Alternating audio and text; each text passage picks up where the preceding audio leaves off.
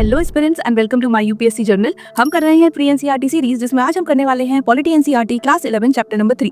Chapter का नाम है इलेक्शन एंड रिप्रेजेंटेशन और इस चैप्टर में हम समझेंगे इलेक्शन क्या होते हैं, इलेक्शन का इंपॉर्टेंस क्या है। इसके बाद पढ़ेंगे about two systems of election, first past the post system and proportional representation system. Last में जानेंगे अबाउट इलेक्शन कमीशन। तो बहुत ही इंटरेस्टिंग चैप्टर है, इसमें बहुत अलग अलग डाइवर्स टॉपिक्स के बारे में आज हम जानने वाले हैं।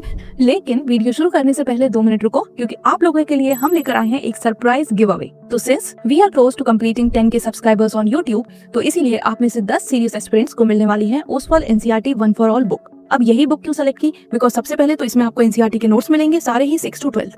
देन उसके साथ you will be getting MCQ and PYQs for your practice. तो ये बुक परफेक्ट है for this series and for all the aspirant जो कि सीरियसली एनसीईआरटीज पढ़ रहे हैं। नाउ द क्वेश्चन कम्स कि ये गिव अवे जीते कैसे। तो आपको कुछ नहीं करना, संडे तक हम 10 वीडियोस लाइव करेंगे। आपको हर वीडियो देखनी है जिसमें एक लेक्चर होगा completing a chapter from NCERTs, और उस लेक्चर में कहीं पर एक क्वेश्चन पॉप अप होगा। उस क्वेश्चन का आंसर आपको कमेंट सेक्शन में बताना है, और उसके बाद आप में से जो भी एस्पिरेंट सीरियसली 10 दिनों तक 10 वीडियोस पर हर क्वेश्चन का आंसर कमेंट करेंगे, they will get the chance to win the giveaway. Also, since we are doing this giveaway on YouTube, तो यहाँ पर आपको कांटेक्ट करना is not going to be that easy। इसीलिए मैंने डिस्क्रिप्शन में एक फॉर्म दिया हुआ है जहाँ पर you can fill your details, your name, your address and your contact number, ताकि आपके जीतने के बाद आपकी बुक्स आपके घर तक पहुँच जाए। ठीक है, तो आज की वीडियो और आज से संडे तक सारी ही वीडियोस पूरी देखना। कहीं भी ये क्वेश्चन पॉपअप होने वाला है, उसका आंसर कॉमेंट में बताना, and this is a chance for you to win this giveaway. तो चलो फिर ये लेक्चर स्टार्ट करते हैं। तो शुरू करेंगे विद द इंट्रोडक्शन। सबसे पहले डेमोक्रेसी है क्या? तो democracy is the rule of people, यानी कि वो सिस्टम ऑफ गवर्नमेंट जहां पर जो सिटीजंस हैं वो लेते हैं डिसीजंस। ठीक, अब डेमोक्रेसी 2 तरह की होती है, एक होती है डायरेक्ट डेमोक्रेसी और दूसरी होती है indirect democracy. In large countries like India, direct democracy, where all citizens vote on every issue, is not possible। अब देखो डायरेक्ट डेमोक्रेसी में क्या होता है कि जितने भी सिटीजंस होते हैं वो सारे साथ में बैठते हैं। जब भी कोई नया डिसीजन लेना होता है, कोई नया इशू आता है, सबका पॉइंट ऑफ व्यू होता है, सबका वोट काउंट होता है। ठीक है, बट ये हमारी इंडिया जितनी बड़ी कंट्री के लिए पॉसिबल नहीं है कि इतने सारे लोग साथ में आए, डिस्कस करें, डिबेट करें और उसके बाद एक डिसीजन ले, राइट। तो ये जो डायरेक्ट डेमोक्रेसी है ये हमें इतनी बड़ी बड़ी कंट्रीज में देखने को नहीं मिलती। बड़ी बड़ी जो लार्ज कंट्रीज होती हैं जहां पर बहुत ज्यादा पॉपुलेशन है, वहां पर होती है इनडायरेक्ट डेमोक्रेसी। इनडायरेक्ट डेमोक्रेसी को रिप्रेजेंटेटिव डेमोक्रेसी भी बोला जाता है। इसमें लोग अपने रिप्रेजेंटेटिव्स को इलेक्ट करते हैं थ्रू इलेक्शन, वोट करते हैं उन रिप्रेजेंटेटिव्स के लिए जिनको वो चाहते हैं कि वो उनके बिहाफ पर जाएं आगे और लॉ मेकिंग, पॉलिसी मेकिंग में पार्टिसिपेट करें। ठीक है, यानी कि वो लोग जो सिटीजंस के बिहाफ पर डिसीजन लेंगे उनको सिटीजन इलेक्ट करते हैं थ्रू इलेक्शन। ठीक है, तो यानी कि अब तक हमने क्या समझा कि जो डेमोक्रेसी होती है it is all about people, और डेमोक्रेसी 2 तरह की होती है, डायरेक्ट डेमोक्रेसी और इनडायरेक्ट डेमोक्रेसी। इनडायरेक्ट डेमोक्रेसी का दूसरा नाम है रिप्रेजेंटेटिव डेमोक्रेसी। इसमें जो सिटीजंस होते हैं वो अपने रिप्रेजेंटेटिव्स को इलेक्ट करते हैं ताकि वो लोग सिटीजंस के बिहाफ पर जाएं आगे और डिसीजन मेकिंग में पार्टिसिपेट करें। अब ये रिप्रेजेंटेटिव इलेक्ट कैसे होंगे? तो ये इलेक्ट होते हैं थ्रू इलेक्शन। तो इस चैप्टर में हम इलेक्शन की बात करने वाले हैं और बात करने वाले हैं अबाउट रिप्रेजेंटेशन। तो सबसे पहले इलेक्शन के बारे में बेसिक जान लिया, अब हम देखेंगे कि इलेक्शंस की जरूरत क्या है। तो देखो, आज की अगर हम टाइम की बात करें तो इलेक्शन एक बहुत ही इंपॉर्टेंट सिंबल बन गया है ऑफ डेमोक्रेटिक प्रोसेस। यानी कि अगर आपको किसी भी नेशन को जज करना है that it is true democracy और नॉट, तो आप वहां का इलेक्शन देखिए। क्या इलेक्शन फेयर है, फ्री है, रेगुलर हो रहा है, कितने लोगों के पास वोटिंग राइट्स हैं, ये सारी चीजें हमें बता देती हैं about the democracy status of a country और अ नेशन। ठीक, तो यानी कि इलेक्शन जो है वो बहुत ज्यादा इंपॉर्टेंट है इन डेमोक्रेसी। अब इलेक्शन के कुछ की इंपॉर्टेंट रीजंस है, जैसे कि इलेक्शन के through we choose representative who will make laws and policies। तो इलेक्शन में वोट करके लोग अपने रिप्रेजेंटेटिव्स को इलेक्ट करते हैं जो कि उनके बिहाफ पर जाएंगे, डिसीजन मेकिंग में पार्टिसिपेट करेंगे and they will make laws and policies. Next, to form government, कौन लोग पावर में आएंगे, which party will form the government, ये सारी चीज डिपेंड करती है on the result of election. Next, to ensure accountability of those in power. अब लोगों ने अपने रिप्रेजेंटेटिव्स के लिए वोट किया, रिप्रेजेंटेटिव्स पावर में आ गए, अब वो अपने पावर का मिसयूज भी तो कर सकते हैं। तो इसीलिए जो इलेक्शन होते हैं ये होते हैं रेगुलरली, ताकि अगर इन रिप्रेजेंटेटिव्स ने लोगों के लिए वर्क नहीं किया, उनके बेटरमेंट के लिए वर्क नहीं किया, तो नेक्स्ट इलेक्शन में जो लोग हैं the citizens they will change their vote, and हो सकता है कि जो अभी लोग पावर में है, जो गवर्नमेंट अभी पावर में है, उनकी पावर चली जाए। ठीक है, इसीलिए सारी गवर्नमेंट, सारे रिप्रेजेंटेटिव्स यही कोशिश करते हैं कि वो लोगों के लिए ज्यादा से ज्यादा वर्क करें ताकि वो लंबे टाइम तक पावर में रहे। So it is a way through which the representatives stay accountable to the citizens. Last, to provide a mechanism for peaceful transfer of power. अब पीसफुल ट्रांसफर ऑफ पावर कैसे होगा इलेक्शन के through? तो देखो, suppose there are 2 parties, party A and party B. अभी party A power में है, election हुआ, ये हार गई, पार्टी बी जीत गई। तो अब क्या होगा? तो देखो, एक फिक्स प्रोसीजर है जिसके थ्रू जो पावर है वो ट्रांसफर हो जाएगी from party A to party B. ठीक, अब ये तो हुआ है नॉर्मल कंडीशन, नॉर्मल सिनेरियो, जब एक डेमोक्रेसी है वहां पर फ्री एंड फेयर इलेक्शंस हो रहे हैं। ठीक, बट इन केस अगर ऐसा नहीं है तो क्या होगा? अगर पार्टी ए के पास पावर है तो ये पूरी कोशिश करेगी कि सारी पावर इसी के पास रहे और जितने लंबे समय तक रह सकती है उतने लंबे समय तक रहे। इसके लिए they will use all means, fair unfair they won't care. ठीक है, अब अगर पार्टी बी को पावर चाहिए तो इनमें लड़ाई होगी, कॉन्फ्लिक्ट होगा। ठीक है, तो यही फायदा है इलेक्शंस का, इलेक्शन के थ्रू ये जो पावर है ये बहुत पीसफुली, आराम से ट्रांसफर हो जाती है from one party to another party. Next, अब इलेक्शन के दो और इम्पोर्टेंट की पर्पसेस हैं। ये क्या है? तो देखो, it is a expression of will of the people, यानी कि जो सिटीजंस हैं वो क्या चाहते हैं वो हमें समझ आता है through the result of election. कौन सी पार्टी जीत रही है, पार्टी की पॉलिसीज क्या थी, उन्होंने लोगों के लिए कैसे वर्क किया, लोगों को क्या अच्छा लगा, सिटीजंस की डिमांड क्या है, ये सारा कुछ ही आप समझ सकते हो by seeing the result of an election. Next, legitimacy of the government. कोई भी पार्टी पावर में आई, किसी की भी सरकार बनी तो वो कितनी लेजिटिमेट है, कितनी राइटफुली और कितनी जस्टफुली इट इज एस्टैब्लिश, ये भी इलेक्शंस जो है दे गारंटी इट कि जो भी पावर में आ रहा है वो लॉफुली आया है, this is a just process, किसी के साथ भी कुछ गलत नहीं हुआ। तो ये सारा कुछ ही पता चलता है थ्रू इलेक्शन। एंड देयरफॉर जो लोग भी पार्टी में आते हैं, लोग उन्हें अपने लीडर की तरह रिकॉग्नाइज करते हैं और उनके सारे ये डिसीजंस को एक्सेप्ट करते हैं। अगर इलेक्शन नहीं होंगे, कोई ऐसे ही आके बन गया राजा, तो क्या सारे लोग मानेंगे? नहीं मानेंगे। इसीलिए हमें कहीं रिवॉल्यूशन देखने को मिलते हैं, कहीं प्रोटेस्ट होते हैं। क्यों? क्योंकि जब लोगों को ही यकीन नहीं है कि सामने वाला लॉफुली उनका राजा बना है या नहीं बना, तो लोग कैसे फॉलो करेंगे? देयरफॉर इलेक्शंस इसलिए भी इंपॉर्टेंट है कि they make the government legitimate. तो अभी हमने देख लिया कि इलेक्शन जरूरी क्यों है। अब हम देखेंगे कि इलेक्शंस को डेमोक्रेटिक क्या बनाता है, यानी कि कैसे पता चलेगा कि ये जो इलेक्शंस है ये डेमोक्रेटिक है, सही है, डेमोक्रेसी के अकॉर्डिंग है या नहीं। तो देखो, कुछ एसेंशियल कंडीशंस हैं, कुछ इंपॉर्टेंट कंडीशंस हैं। First, free and fair election. जो इलेक्शन है वो फ्री होने चाहिए, फेयर होने चाहिए। किसी भी तरह का इंटिमिडेशन, कोई फोर्स, कोई पावर, कोई फ्रॉड, कोई अनफेयर प्रैक्टिस, ऐसा कुछ भी फॉलो नहीं होना चाहिए during an election. Number 2, regular election. Election एक fixed period, fix interval of time के बाद रेगुलरली होने चाहिए। अगर नहीं हो रहा then there is some issue.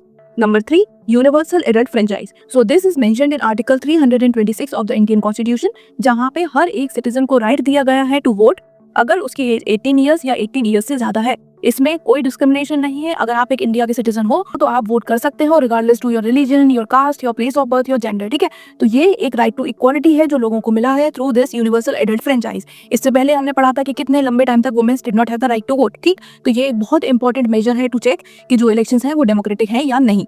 Number 4, choice of candidates and parties. लोगों के पास मल्टीपल ऑप्शन होने चाहिए जहां से लोग चूज करें। ऐसा नहीं होना चाहिए कि there is only one party और इलेक्शन हो रहे हैं तो फिर इलेक्शन में कंपटीशन कहाँ है? देयर इज नो कंपटीशन, लोगों के पास कोई चॉइस ही नहीं है। तो ऐसे में ये इलेक्शन अगर रेगुलर भी हो रहे हैं, फ्री एंड फेयर भी हो रहे हैं, then also they are not democratic. क्योंकि जब तक ऑप्शंस नहीं है, जब तक multiple parties and multiple candidates नहीं है, the election won't be called as a democratic election. Number 5, independent authority to conduct elections. अब इलेक्शन कंडक्ट कराने के लिए एक इंडिपेंडेंट अथॉरिटी होनी चाहिए जो किसी गवर्नमेंट के इन्फ्लुएंस में ना आए, किसी पर्टिकुलर मेंबर के इन्फ्लुएंस में ना आए। ये अपना काम इंडिविजुअली करे विदाउट एनी फियर, और ये मेक श्योर करे कि इलेक्शंस फ्री हो एंड फेयर हो। इसके लिए इंडिया में we have the Election Commission. Election Commission के बारे में अभी हम इसी चैप्टर में डिटेल में पढ़ने वाले हैं, लेकिन उससे पहले अब हम देखेंगे पॉलिटिकल कंपटीशन। तो पॉलिटिकल कंपटीशन क्या है? अभी ऊपर मैंने बताया कि लोगों के पास ऑप्शंस होने चाहिए। ऑप्शंस कब होंगे? जब एक से ज्यादा पार्टीज होंगी, एक से ज्यादा कैंडिडेट होंगे और उनके बीच में होगा कंपटीशन। ठीक है, सो इसी को कहते हैं पॉलिटिकल कंपटीशन। नीड क्या है? So without competition elections would be meaningless. Already I explain you this one कि अगर एक ही कैंडिडेट है तो इलेक्शन होने का मतलब क्या है? वही जीतना है, वही बार बार आना है। तो ऐसे में इलेक्शन कंडक्ट कराने का कोई मतलब ही नहीं बनता। Second, it ensures representatives remain accountable to the people. क्योंकि अगर जो लोगों के रिप्रेजेंटेटिव्स हैं उन्होंने लोगों के लिए वर्क नहीं किया तो उन्हें पता है कि लोगों के पास और ऑप्शंस हैं। अगर हमारी पार्टी वर्क नहीं करेगी, ये किसी दूसरी पार्टी को इलेक्ट कर देंगे। ठीक है, तो वो लोग अकाउंटेबल रहेंगे टू द सिटीजंस, अपना बेस्ट करेंगे ताकि लोगों को बेनिफिट मिले, लोगों का उनके ऊपर ट्रस्ट रहे और लोग बार बार उन्हीं को पावर में लाते रहे। इसीलिए पॉलिटिकल कंपटीशन बहुत ज्यादा इंपॉर्टेंट है। इससे हर पार्टी, हर कैंडिडेट कोशिश करता है कि वो और बेटर करे, दूसरा कुछ कर रहा है उससे और इंप्रूव करे, उससे और बढ़िया करे लोगों के लिए। ठीक है, अब there are certain criticism to this political competition, जैसे कि it can lead to corruption. इसके अलावा कास्ट एंड कम्युनल पॉलिटिक्स देखने को मिलती है। Next is unhealthy rivalries. अलग अलग ग्रुप्स के बीच में, इंडिविजुअल्स के बीच में आपको अनहेल्दी राइवलरी मिलेगी on the basis of different parties. ठीक है, and next policy short sightedness. अब ये क्या हुआ? तो जब लोगों को पावर में आना होता है तो सिटीजंस की अटेंशन लेने के लिए वो क्या करते हैं? बहुत सारे पॉलिसीज अनाउंस कर देते हैं, नए नए इनिशिएटिव स्टार्ट कर देते हैं ताकि लोगों की अटेंशन मिले, सिटीजंस को उनका काम अच्छा लगे और वो उनके लिए वोट करें। लेकिन जब एक बार वो पावर में आ गए तो देखने को मिलता है कि वो जो भी चीजें कर रहे थे वो सब भूल जाते हैं। तो ये क्या हुआ? ये हुआ पॉलिसी शॉर्ट साइटेडनेस, यानी कि थोड़े से टर्म के लिए उन्होंने उन पॉलिसीज पे वर्क किया, उनके बारे में सोचा एंड जब उन्हें रिजल्ट मिल गया तो उन्होंने वो सारी चीजें गिव अप कर दी। ठीक है, तो ये एक क्रिटिसिज्म है of political competition. Now what do we conclude after this? तो हम ये कह सकते हैं कि although there are so many drawbacks, political competition जरूरी है ओवरऑल। ठीक है, बिकॉज पॉलिटिकल कंपटीशन नहीं होगा तो स्कोप ऑफ इंप्रूवमेंट नहीं होगा, लोगों के पास पावर नहीं होगी। So therefore political competition is necessary. It ensures performance based politics. ये एंश्योर करता है कि जो पॉलिटिक्स है वो परफॉर्मेंस बेस्ड ही रहेगी, लोग उसी को इलेक्ट करेंगे, उसी को पावर में लाएंगे जिसकी परफॉर्मेंस लोगों को अच्छी लगेगी। ठीक, तो ये हमने पढ़ लिया अबाउट पॉलिटिकल कंपटीशन। चलो, तो अब हम स्टार्ट करेंगे हमारे next topic which is system of representation. इसमें हम दो सिस्टम्स के बारे में पढ़ेंगे। सबसे पहले पढ़ेंगे टेरिटोरियल रिप्रेजेंटेशन, जिसे ज्योग्राफिकल रिप्रेजेंटेशन भी बोला जाता है। तो नाम से ही पता चल रहा है ज्योग्राफी, तो ये रिलेटेड होगा समथिंग टू टेरिटरी। ठीक है, तो इसमें क्या करते हैं? इसमें कंट्री को अलग अलग कॉन्स्टिट्यूएंसी में डिवाइड कर देते हैं। हर कॉन्स्टिट्यूएंसी से एक रिप्रेजेंटेटिव इलेक्ट होता है और ये वाला जो रिप्रेजेंटेशन होता है ये हमें देखने को मिलता है लोकसभा इलेक्शन, जिसमें इंडिया को अलग अलग लोकसभा कॉन्स्टिट्यूएंसीज में डिवाइड किया जाता है। ठीक है, तो ये तो हो गया हमारा नंबर 1 रिप्रेजेंटेशन, जिसमें हमने पढ़ा अबाउट टेरिटोरियल रिप्रेजेंटेशन। दूसरा होता है प्रोपोर्शनल रिप्रेजेंटेशन। अब इसमें क्या होगा, तो इसमें कोई भी अलग से इंडिविजुअल कॉन्स्टिट्यूएंसीज नहीं बनाई जाएंगी। इसमें लोग ओवरऑल वोट करेंगे एक पर्टिकुलर पार्टी के लिए, किसी भी कैंडिडेट के लिए वोट नहीं होगा। लोग किसके लिए वोट करेंगे, to for the parties. Seats are allotted in the proportion of vote share received, यानी कि जिस पार्टी को जितना वोट मिलेगा उस अकॉर्डिंग उस प्रोपोर्शन में उसको सीट्स अलॉट की जाएंगी। फॉर एग्जाम्पल, ए पार्टी को इलेक्शन में मिले 40% वोट्स, बी पार्टी को मिले 30% वोट्स, तो जब सीट डिवाइड होंगी तो ए पार्टी को मिलेंगी 40% सीट्स, बी पार्टी को मिलेंगी 30% सीट्स। जिसको जितने वोट मिले उतनी अकॉर्डिंगली परसेंटेज में उसको सीट्स मिलेंगी। ये यूज होता है in countries like Israel and Netherland. ठीक है, तो अब हमने इस रिप्रेजेंटेशन में क्या देखा, हमने दो सिस्टम पढ़े। पहला पढ़ा टेरिटोरियल, जिसमें कॉन्स्टिट्यूएंसीज फॉर्म होंगी और लोग वोट करेंगे इंडिविजुअल कैंडिडेट के लिए, जहां से हर कॉन्स्टिट्यूएंसी में एक रिप्रेजेंटेटिव इलेक्ट होगा। दूसरा सिस्टम होता है प्रोपोर्शनल रिप्रेजेंटेशन का। इसमें कोई भी कॉन्स्टिट्यूएंसी फॉर्म नहीं होंगी, लोग पार्टी के लिए वोट करेंगे और जो सीट अलॉट होंगी वो होंगी इन the proportion of votes received. अब इसी रिप्रेजेंटेशन पे बेस्ड है दो सिस्टम। पहला है FPTP सिस्टम, जिसे बोलते हैं first past the post system. तो ये जो सिस्टम है इलेक्शन का, ये बेस्ड है ऑन टेरिटोरियल रिप्रेजेंटेशन, यानी कि इसमें क्या होगा, कंट्री को अलग अलग कॉन्स्टिट्यूएंसी में डिवाइड करेंगे, वोटर इलेक्ट करेंगे हर कॉन्स्टिट्यूएंसी से एक रिप्रेजेंटेटिव को, और जो भी कैंडिडेट उस कॉन्स्टिट्यूएंसी में सबसे ज्यादा वोट पाएगा वो उस कॉन्स्टिट्यूएंसी से जीत जाएगा। ठीक है, फॉर एग्जाम्पल, एक कॉन्स्टिट्यूएंसी में इलेक्शन हुआ, कैंडिडेट ए को मिले 40% वोट, कैंडिडेट बी को मिले 35% वोट और कैंडिडेट सी को मिले 25% वोट। तो जीतेगा कौन, जिसको सबसे ज्यादा परसेंट वोट मिला, यानी कि 40%, कैंडिडेट ए जीत जाएगा। ठीक है, तो ये तो हो गया first past the post system. अब ये जो बी है जिसको 35 मिले हैं, ये सी है जिसको 25 मिले हैं, इनके वोट्स की कोई वैल्यू नहीं रहेगी, बिकॉज ये लोग हार गए। ठीक है, अगर ये 1% भी वोट कम है तो भी उस वोट की कोई वैल्यू नहीं, वो सारे वोट्स वेस्ट हो गए, बिकॉज जिसके सबसे ज्यादा है वही इंसान जीतेगा फ्रॉम दैट कॉन्स्टिट्यूएंसी। अब ये जो first past the post system है, ये यूज होता है इंडिया में in Lok Sabha and state assembly election, UK में, यूएसए में। ठीक है, अब इस सिस्टम के एडवांटेजेस क्या हैं? सबसे पहले तो ये बहुत ही सिंपल टू अंडरस्टैंड है, इंप्लीमेंट करना भी इसे बहुत सिंपल है। बस ये देखना है कि किस कॉन्स्टिट्यूएंसी में किसको सबसे ज्यादा वोट्स मिले, वो इंसान जीत गया। बिल्कुल सिंपल है और इसीलिए इसे हर कोई आराम से समझ भी सकता है। Second, it ensures stable majority government. Majority government बनेगी क्यों? क्योंकि हर जगह से जिस इंसान को ज्यादातर लोग ट्रस्ट करेंगे वो लोग पावर में आएंगे, लोग भी उनको सपोर्ट करेंगे और साथ में ये एक स्टेबल गवर्नमेंट फॉर्म करेंगे। It establishes clear link between voters and representative. और इस सिस्टम में जो वोटर होते हैं और जो रिप्रेजेंटेटिव होते हैं उनके बीच में क्लियर लिंक देखने को मिलता है, क्योंकि लोग पार्टी के लिए वोट नहीं कर रहे हैं, लोग एक पर्टिकुलर रिप्रेजेंटेटिव के लिए वोट कर रहे हैं। ठीक है, तो जो लोग हैं, सिटीजंस हैं और जो रिप्रेजेंटेटिव हैं, उनके बीच में there is a clear bond. Next, criticism. तो there are certain criticism of the system, जैसे कि the party can win majority seats without majority votes. अब इसमें क्या है, तो देखो, अलग अलग कॉन्स्टिट्यूएंसी में हर कॉन्स्टिट्यूएंसी में जिसके ज्यादा वोट आएंगे वो जीत जाएगा और उन लोगों को मिल जाएंगी अलग अलग सीट। तो ऐसा हो सकता है कि ओवरऑल अगर हम इंडिया के वोट्स को काउंट करें तो कोई और पार्टी हो जिसके ज्यादा वोट्स हो, लेकिन क्योंकि हम अलग अलग इंडिविजुअल कॉन्स्टिट्यूएंसी में देखते हैं तो ऐसे में तो कई बार ऐसा हो जाता है कि जो लोग ओवरऑल मेजॉरिटी वोट्स नहीं जीते वो लोगों को मेजॉरिटी सीट्स मिल गई। क्यों? क्योंकि वो ज्यादातर कॉन्स्टिट्यूएंसी से इलेक्ट होकर आए हैं, ज्यादा कॉन्स्टिट्यूएंसीज में, अलग अलग कॉन्स्टिट्यूएंसीज में उनको इलेक्ट किया गया है। ठीक है, तो ओवरऑल हो सकता है कि उनके वोट परसेंटेज कम हो, बट क्योंकि नंबर ऑफ कॉन्स्टिट्यूएंसीज जहां से वो इलेक्ट हुए वो ज्यादा है तो वो लोग पावर में आ जाते हैं। ये एक इसका क्रिटिसिज्म है कि जिन लोगों को मेजॉरिटी वोट्स मिले हैं उनकी जगह दूसरे लोगों को मेजॉरिटी सीट्स मिल गई। ठीक, and next is smaller parties में बी अंडर रिप्रेजेंटेटेड। अब ऐसा क्यों होगा? क्योंकि जो छोटी छोटी पार्टीज हैं वो बड़ी पार्टीज के साथ कंपटीशन नहीं कर पाएंगे, उनके कैंडिडेट्स इतने फेमस नहीं होंगे, तो जब उस कॉन्स्टिट्यूएंसी में उन्हें वोट मिलेंगे तो पॉसिबल है कि उन्हें ज्यादा ना वोट मिले, तो ऐसे में उनका पावर में आना बहुत मुश्किल हो जाएगा। ठीक है, क्योंकि जिसको ज्यादा वोट मिल गए वो तो रिप्रेजेंटेटिव हो गया, इलेक्ट हो गया, और बाकी के सारे लोग फिर से हार गए। तो ऐसे में जो छोटी पार्टीज हैं उनके लिए बहुत मुश्किल हो जाता है इस सिस्टम में। तो ये तो हमने देख लिया first past the post system, जिसमें जिस कैंडिडेट के सबसे ज्यादा वोट्स होंगे वो उस कॉन्स्टिट्यूएंसी से जीत जाएगा। ठीक है, इररिस्पेक्टिव के मेजॉरिटी किसकी ज्यादा है, किस पार्टी की ज्यादा है, और over the country constituencies wise देखा जाएगा, हर कॉन्स्टिट्यूएंसी में जिसके ज्यादा वोट है उसको सीट अलॉट कर दी जाएगी। ठीक, तो ये तो हो गया first past the post system. Next system है प्रोपोर्शनल रिप्रेजेंटेशन सिस्टम। ठीक है, तो ये बेस्ड है ऑन PR, जो हमने ऊपर पढ़ा था। इसमें क्या होगा कि सिटीजंस पॉलिटिकल पार्टीज के लिए वोट करेंगे, इंडिविजुअल के लिए वोट नहीं करेंगे।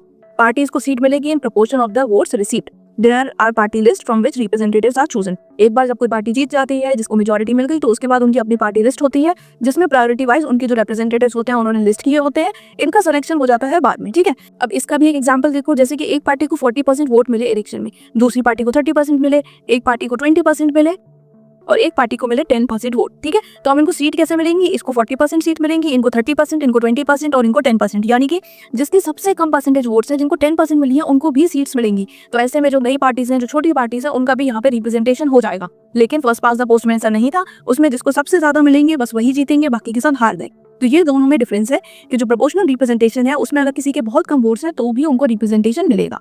It is used in Israel, Netherlands and Switzerland. Advantage क्या है कि यहाँ पर सारी पार्टीज को एक फेयर रिप्रेजेंटेशन मिलेगा। किसी के कम वोट्स है तो वो कम वोट्स के अकॉर्डिंग उनको कम सीट्स मिलेंगी, बट मिलेंगी। ऐसा नहीं होगा कि सारे ही वोट्स वेस्ट हो गए, like first past the post system.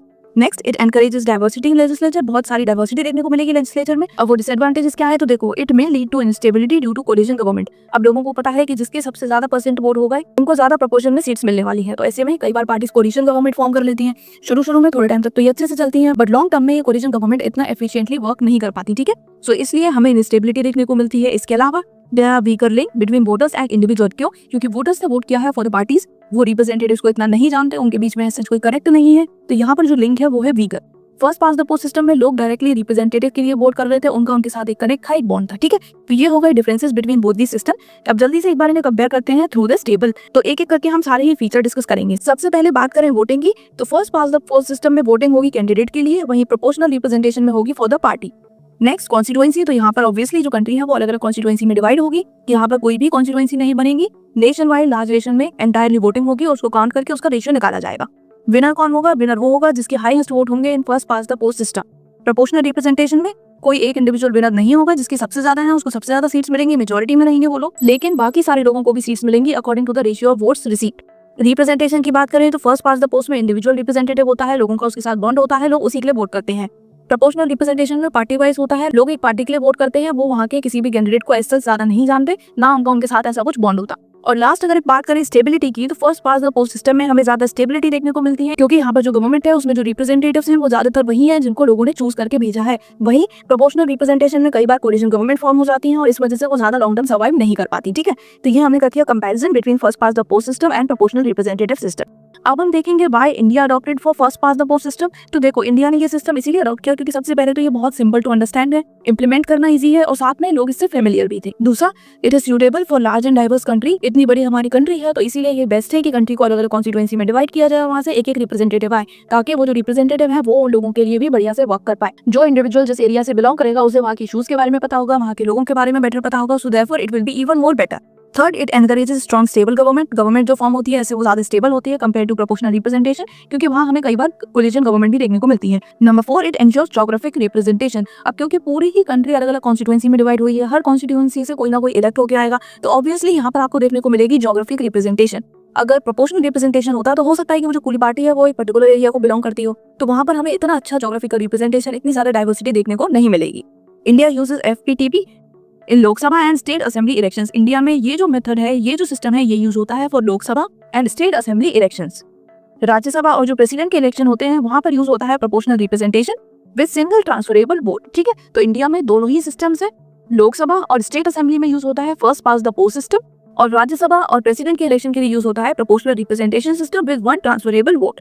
Next, अब हम डिस्कस करने वाले हैं अबाउट रिजर्व्ड कॉन्स्टिट्यूएंसी। तो रिजर्व्ड कॉन्स्टिट्यूएंसी लाने की जरूरत रहती। तो देखो, इंडिया की जो हिस्ट्री है वो रही है ऑफ कास्ट बेस्ड डिस्क्रिमिनेशन, ठीक है। अब जब हिस्ट्री में कास्ट बेस्ड डिस्क्रिमिनेशन हुआ तो देयर आर चांसेस कि आगे भी हो सकता है, इसीलिए जो कॉन्स्टिट्यूशन मेकर थे उन्होंने इंट्रोड्यूस की रिजर्व्ड कॉन्स्टिट्यूएंसीज। ये रिजर्वेशन की नीड इसलिए थी ताकि पॉलिटिकल रिप्रेजेंटेशन जो हिस्टोरिकली मार्जिनलाइज कम्युनिटीज हैं उनको भी मिलता रहे। अगर ये रिजर्वेशन नहीं होता तो चांसेस थी कि लोग इनके लिए वोट नहीं करते, इन्हें इलेक्ट नहीं करते बिकॉज ऑफ डिस्क्रिमिनेशन। बट अब जब इनके लिए रिजर्व कॉन्स्टिट्यूएंसी है तो वी आर श्योर कि इनको भी पावर मिलेगी, इनका भी इलेक्शन होगा, ठीक है। और सिर्फ इन्हीं के लिए रिप्रेजेंटेशन क्यों किया? Because these are historically marginalised communities. History से ही इनको लोग मार्जिनलाइज कर रहे हैं, इनके साथ डिस्क्रिमिनेशन कर रहे हैं, ठीक है। For example SC and STs। अब ये रिजर्व कॉन्स्टिट्यूएंसी वर्क कैसे करती है? तो कुछ कुछ कॉन्स्टिट्यूएंसी ऐसी होती हैं जिनको रिजर्व कर दिया जाता है for SC and ST candidate, यानी कि वहां पर जब इलेक्शन होगा तो जो कैंडिडेट्स होंगे वो या तो SC के होंगे या ST के होंगे।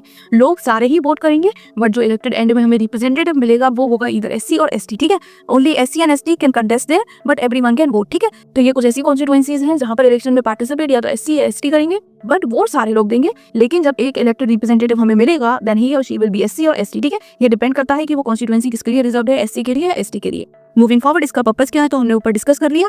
To bring equality in representation, हर किसी का रिप्रेजेंटेशन हो, हर किसी को मौका मिले to get into power, and साथ में टू एम्पावर डिसएडवांटेज्ड ग्रुप। ये जो डिसएडवांटेज्ड ग्रुप है, ये जो मार्जिनलाइज्ड ग्रुप है, इनको पावर मिले, इनके मेंबर्स को पावर मिले ताकि इनके बेटरमेंट के लिए और चीजें हो पाए, ठीक है। तो इसीलिए जो रिजर्व कॉन्स्टिट्यूएंसीज होती है these are very important.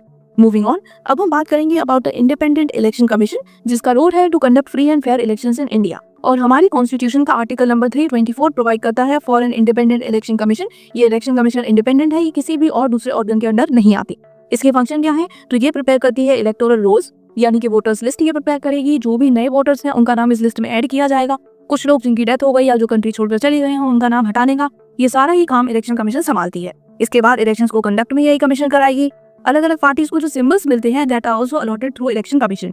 Monitoring campaign rules and expenses, कोई भी पार्टी जो कैंपेन के रूल्स हैं उनको ब्रेक ना करे, फालतू एक्सपेंस ज्यादा ना करे, जो लिमिट सेट है उसके अंदर ही एक्सपेंस करे, ये सारा भी मेक श्योर करने का काम इलेक्शन कमीशन का ही होता है। And last, counting of votes and declaring result, ये भी इलेक्शन कमीशन करती है। अगर से कहीं भी लगता है कि कुछ अनफेयर हुआ है, वोट सही काउंट नहीं हुए, तो ये उसके अकॉर्डिंगली डिसीजन ले सकती है, दोबारा वोटिंग करा सकती है, रीपोल करा सकती है या फिर रिकाउंटिंग करने को भी बोल सकती है। ठीक है, now talking about the structure, तो इलेक्शन कमीशन के हेड होते हैं chief election commissioner. He or she is appointed by the President of India under the advice of Council of Minister. Maximum tenure इनका होता है 6 years या फिर as of 65, जो भी पहले आ जाए। Also this is independent and not under government control body. ठीक है, तो ये याद रखना है, कुछ इंपॉर्टेंट चीजें हैं regarding election commission. Moving forward, अब हम देखेंगे इलेक्टोरल रिफॉर्म्स एंड चैलेंजेस। तो there are many issues in Indian election, जैसे कि use of money and muscle power, इस चीज का गलत यूज करके वोट्स को इन्फ्लुएंस करना, लोगों को इन्फ्लुएंस करना, बूथ कैप्चरिंग होती है, साथ में fake voting, that is also an issue.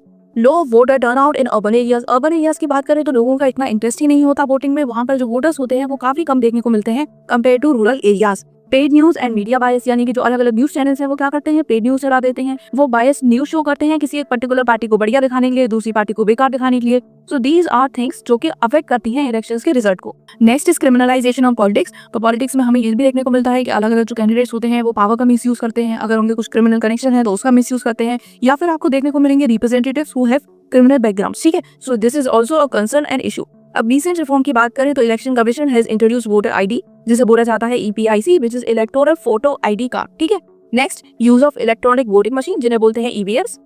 Ceiling on election expenditure, यानी कि जो अलग अलग पार्टीज हैं वो इलेक्शन में कितना एक्सपेंड करेंगी उस पर भी there is a limit set. ठीक, तो ये सारी जो चीजें हैं ये इलेक्शन कमीशन को ध्यान रखना होता है कि ये प्रॉपर्ली फॉलो हो रही हैं या नहीं। And lastly, model code of conduct for fair campaign, कुछ रूल्स एंड रेगुलेशंस होते हैं जो कि सबको फॉलो करने होते हैं ड्यूरिंग कैंपेन। अब देखो चैप्टर तो पूरा खत्म हो गया, लेकिन एक जल्दी से सारे की टर्म्स की कंसेप्ट को रिवाइज करेंगे। तो first past the post system क्या था, जहां पर लोग वोट करते हैं फॉर अ कैंडिडेट, कंट्री को अलग अलग कॉन्स्टिट्यूएंसीज में डिवाइड किया जाता है। ठीक, प्रोपोर्शनल रिप्रेजेंटेशन में क्या होता है, जिस पार्टी को जितना परसेंटेज ऑफ वोट मिलेगा उसके अकॉर्डिंगली उस पार्टी को मिलेंगी सीट्स। कॉन्स्टिट्यूएंसीज क्या होती हैं, तो ये अलग अलग एरिया होते हैं जिसमें एक पर्टिकुलर कंट्री को डिवाइड कर दिया जाता है during elections. Voting area represented by one elected member. ठीक है, इलेक्टोरेट यानी कि वो सारे ही लोग जो कि एलिजिबल है to give vote. Election commission ये एक इंडिपेंडेंट बॉडी है जो इलेक्शन कंडक्ट करती है, मेक श्योर करती है कि इलेक्शन फ्री भी हो और फेयर भी। Reservation, so these are special seats जो कि हैं for SC and ST candidates, जिनको बोला जाता है रिजर्व कॉन्स्टिट्यूएंसीज। अब ये पूरा चैप्टर पढ़ने के बाद हम क्या कंक्लूजन पे आते हैं, that elections are the heartbeat of democracy. Election बहुत ज्यादा जरूरी है to maintain democracy in the country. India ने अडॉप्ट किया है एक mix electoral system for balancing efficiency, simplicity and fairness. हमारा जो इलेक्टोरल सिस्टम है उसमें हमें first past the post system भी देखने को मिलता है और साथ में प्रोपोर्शनल रिप्रेजेंटेशन भी। ये किया क्यों गया है, ताकि बैलेंस हो सके efficiency, simplicity and fairness. Moving on, what challenges remain? The system is evolving with continuous reform to strengthen democratic values. ठीक है, although challenges हैं वो रहेंगे, फ्यूचर में भी थे, बट जो सिस्टम है वो ओवर द टाइम इवॉल्व हो रहा है, बढ़िया वे में इवॉल्व हो रहा है एंड स्ट्रेंथन हो रहा है विद द टाइम पास। ठीक, तो इसके साथ ही हमने हमारे chapter number 3 election and representation कर लिया है कंप्लीट।